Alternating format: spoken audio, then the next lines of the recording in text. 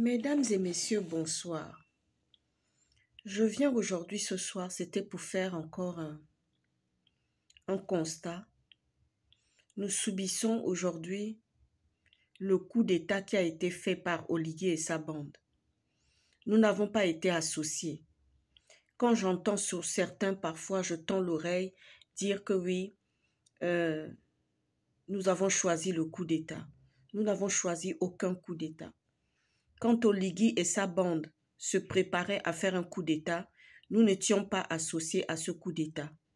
Donc, nous ne sommes pas les destinataires.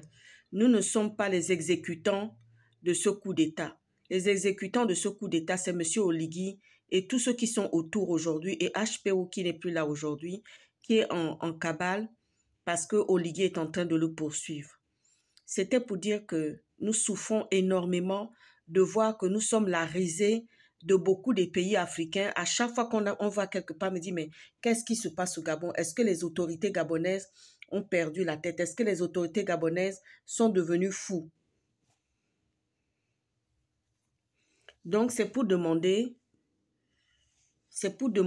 que, à ce que on vit que c'est pour demander à ce que ce coup d'État qui a été fait dans notre dos, sans nous avoir consulté, sans nous avoir posé la question qu'est-ce qu'on en pensait, a été fait sans notre autorisation, sans notre demande, sans nos vœux, sans nos souhaits.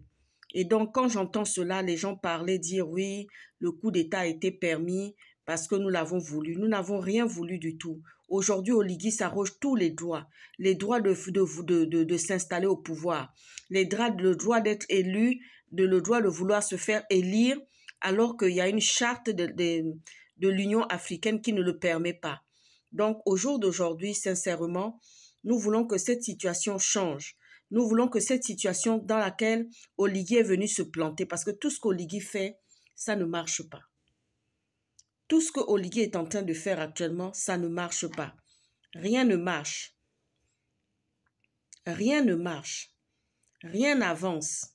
Rien ne va dans le bon sens. Voyez-vous? Donc, c'est pour dire que Oligui et son élection présidentielle, il le fait parce qu'il veut s'asseoir, parce qu'il veut profiter. Mais vous allez voir, il y aura des couacs. Cette élection présidentielle, il n'y aura que des couacs. Des couacs et des couacs et des couacs à ne plus en finir, à exaspérer même la population. La population sera exaspérée de tout ce que Oligui va faire parce que ce n'est pas un président qui a de la hauteur, parce que ce n'est pas un président qui a de l'envergure. Il n'a pas l'étoffe pour devenir président.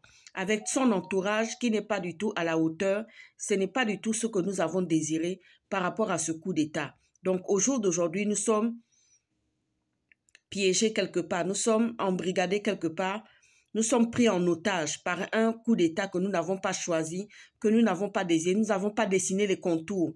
Les contours de ce coup d'État, nous ne l'avons pas dessiné. Nous ne savons même pas ce qu'il y a comme ingrédient dans ce coup d'État que Oligui et ses amis ont préparé, ont fait. Nous n'en connaissons pas les tenants et les aboutissants. Nous ne connaissons pas tous les pièges. Nous ne connaissons pas quels sont les arrangements qui ont été faits.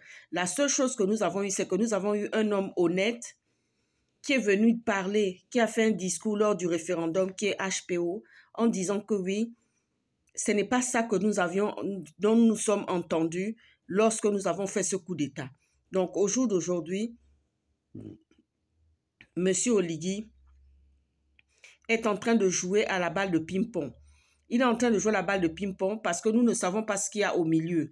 Au milieu, c'est un no man's land par rapport à ce coup d'État. C'est tout ce que je tenais à dire pour aujourd'hui parce qu'on rentre bientôt dans une élection. Ça ne sert à rien de ménager la chèvre et le chou.